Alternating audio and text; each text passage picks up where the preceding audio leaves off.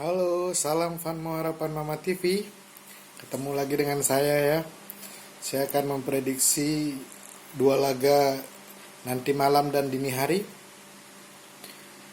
Sebelum itu saya mohon maaf ya, kemarin tidak bisa hadir karena ada acara sehingga tidak bisa membuat video. Banyak yang DM, banyak yang Messenger, banyak yang WhatsApp ya.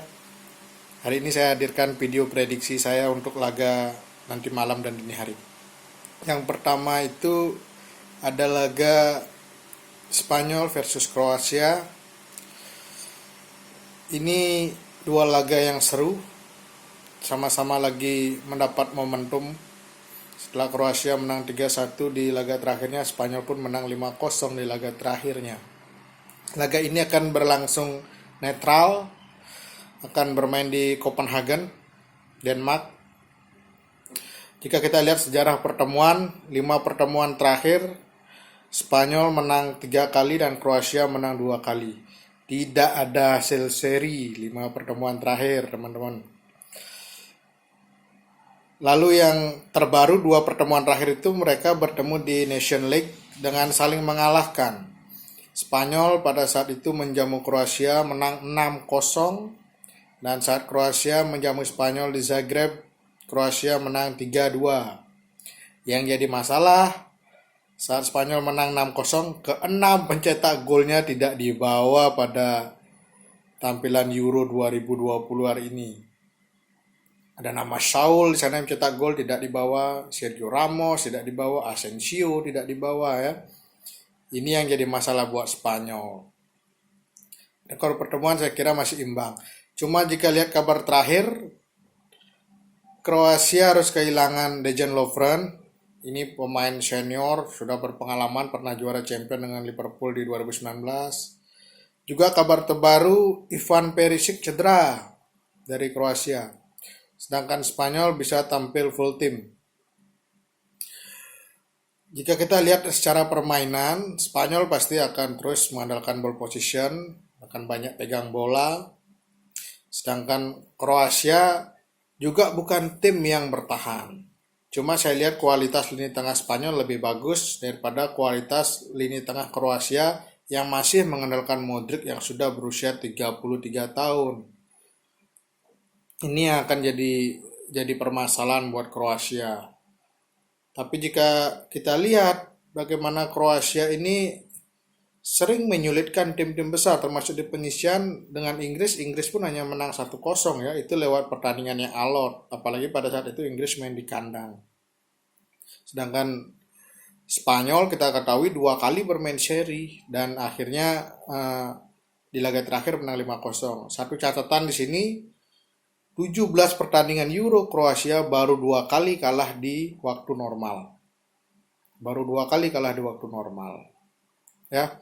Tapi 16 laga terakhir Kroasia 8 kali kalah. Nah, ini yang jadi catatan di laga ini. Itu saja dulu untuk laga Kroasia versus Spanyol. Saya akan bahas laga Prancis versus Swiss nanti di terakhir. Kita akan bahas masalah bursa. Masuk ke laga Prancis versus Swiss. Ini akan jadi seru. Pertandingan ini akan netral. Main di Bukares, Rumania. Kita ketahui Swiss lolos di detik-detik terakhir ya, setelah pesta gol menang besar lawan Turki 3-1. Sedangkan Prancis kelihatannya sempat bagus ya, sempat jadi favorit pada saat menang atas Jerman 1-0. Tapi setelah itu grafiknya menurun ya. Ditahan seri Hungaria yang jelas-jelas jauh kualitasnya, dan ditahan seri Portugal. Itu pada saat Prancis begitu sangat diunggulkan dengan Portugal, karena Portugal beban pada saat itu, dia tidak boleh kalah. Tapi malah seri pada saat itu. Grafiknya menurun Prancis. Sedangkan Swiss grafiknya meningkat. Ditahan seri Wales, kalah dengan Italia 3-0, dan berhasil menang 3-1 lawan Turki. Kalau kita lihat dari rekor pertemuan, 5 pertemuan terakhir Prancis dan Swiss, hanya 1 kali menang Prancis. 4 kali seri, ini harus hati-hati. Karena laga ini kan sistem gugur, 90 menit selesai akan dilanjutkan ke extra time. Dan sudah terbukti pada saat laga Italia itu berlanjut sampai extra time. Lalu kalau kita lihat secara kualitas permainan, jelas Prancis berada di atas Swiss. Kita ingat juga pada saat terakhir Piala Dunia 2014, di sana Benzema masih main, Prancis menang 5-2 atas Swiss lewat gol Benzema, Giroud, Matuidi pada saat itu. Bahkan sudah sempat 5-0 terlebih dahulu. Tapi kalau kita lihat dari sisi Swiss ini bisa dibilang kalau menurut saya, jika orang kuliah itu absennya A ya. Kenapa?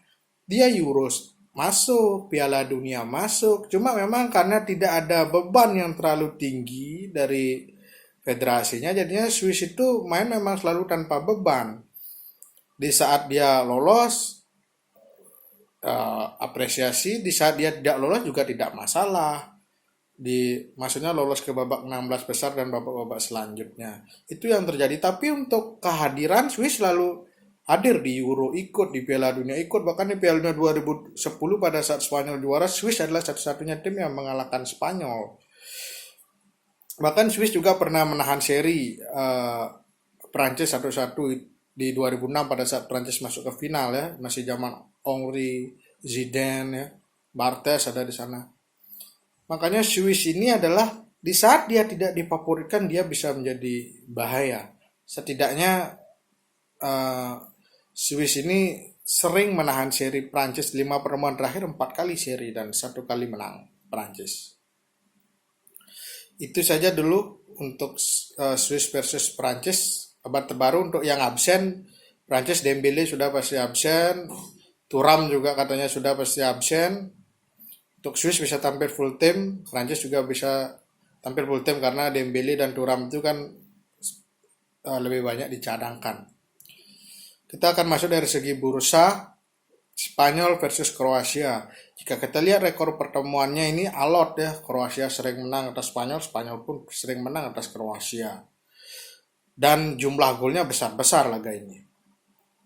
Tapi ada yang unik di laga ini, saya mengira bursanya Spanyol memberikan handicap kecil ya, 1/4 mungkin atau maksimal setengah atau bahkan bisa leg karena melihat penampilan Spanyol juga tidak konsisten amat ya. Jika kita melihat partai ini sifatnya sistem gugur, jika seri 90 menit akan main extra time. Tapi saya terkejut tadi melihat bursanya bahwa Spanyol memberikan Kroasia handicap 3/4.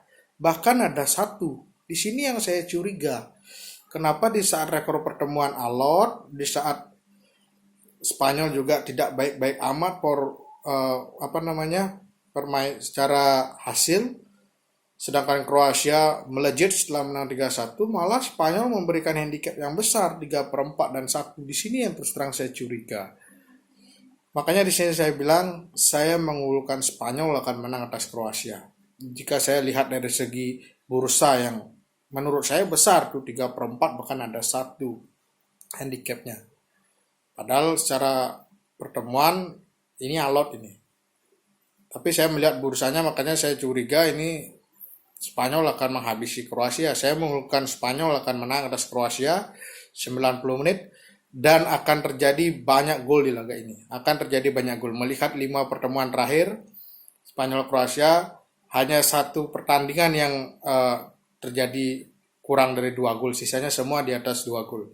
Spanyol Kroasia dan catatannya adalah 5 pertandingan terakhir tidak pernah seri. Selalu kalah menang.